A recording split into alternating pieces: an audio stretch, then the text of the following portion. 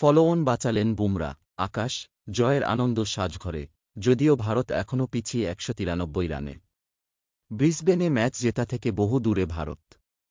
ব্যাটারেরা ব্যর্থ হওয়ায় যশপ্রীত বুমরা এবং আকাশ মিলে ফলোঅনের লজ্জাটা ঢাকলেন। তাতেই দলের ব্যাটারদের মুখে হাসি ফিরল। অস্ট্রেলিয়ার অধিনায়ক প্যাট কামিন্সের বল গালির উপর দিয়ে পাঠালেন আকাশদ্বীপ। আর সঙ্গে সঙ্গে সাজঘরে কোচ গৌতম গম্ভীর এবং প্রাক্তন অধিনায়ক বিরাট কোহলি লাফিয়ে উঠে হাত মেলালেন। হাততালি দিতে শুরু করলেন বর্তমান অধিনায়ক রোহিত শর্মা।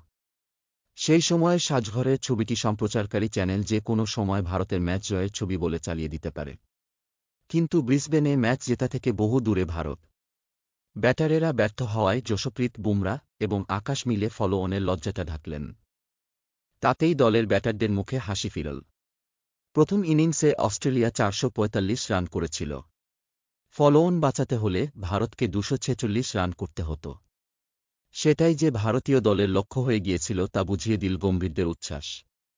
যশস্বী জয়সওয়াল, শুভমন গিল, ঋষভ পন্থ, বিরাট, রোহিতেরা রান না পাওয়ায় জয়ের আশা ছেড়ে দেওয়াই স্বাভাবিক।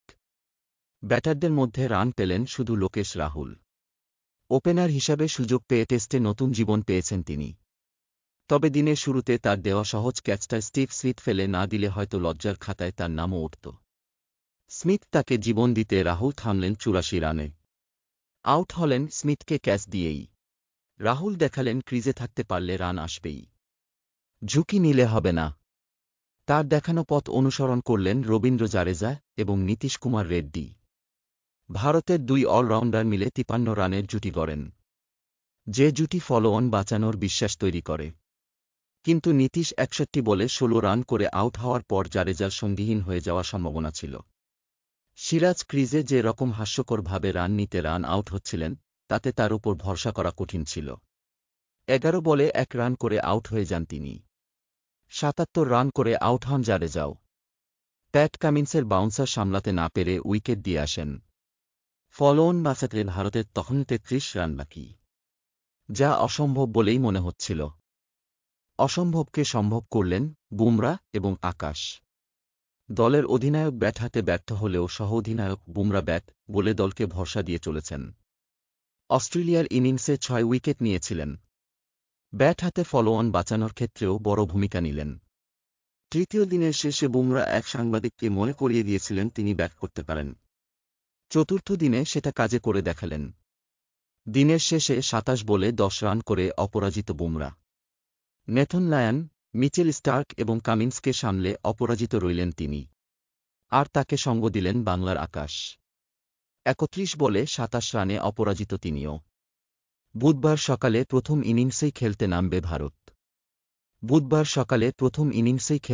ভারত। যা মঙ্গলবার একসময় অসম্ভব মনে হচ্ছিল। বুমরা এবং আকাশ একটি করে ছক্কা মেরেছেন। আকাশ দুটি চারও মেরেছেন। বিরাট তার একটি ব্যাট আকাশকে উপহার দিয়েছিলেন। তারপর থেকে সেই ব্যাট নিয়েই খেলতে নামেন আকাশ। মঙ্গলবারও তাই নেমেছিলেন। সেই ব্যাটেই রান করলেন বুমরা এবং তিনি যখন ব্যাট করছেন সেই সময় বিরাট সাজঘর থেকে অভিমন্যু ঈশ্বরণকে দিয়ে কিছু বলে পাঠান। হয়তো বলে পাঠালেন সিঙ্গলস নিয়ে খেলতে, তাড়াহুড়ো না করতে। রোহিত ও বিরাটেরা ব্যাট করার সময় মাঝে মাঝে এই কথাগুলো মনে করিয়ে দেওয়ার জন্য কোচ গম্ভীরেরও কাউকে পাঠানো উচিত।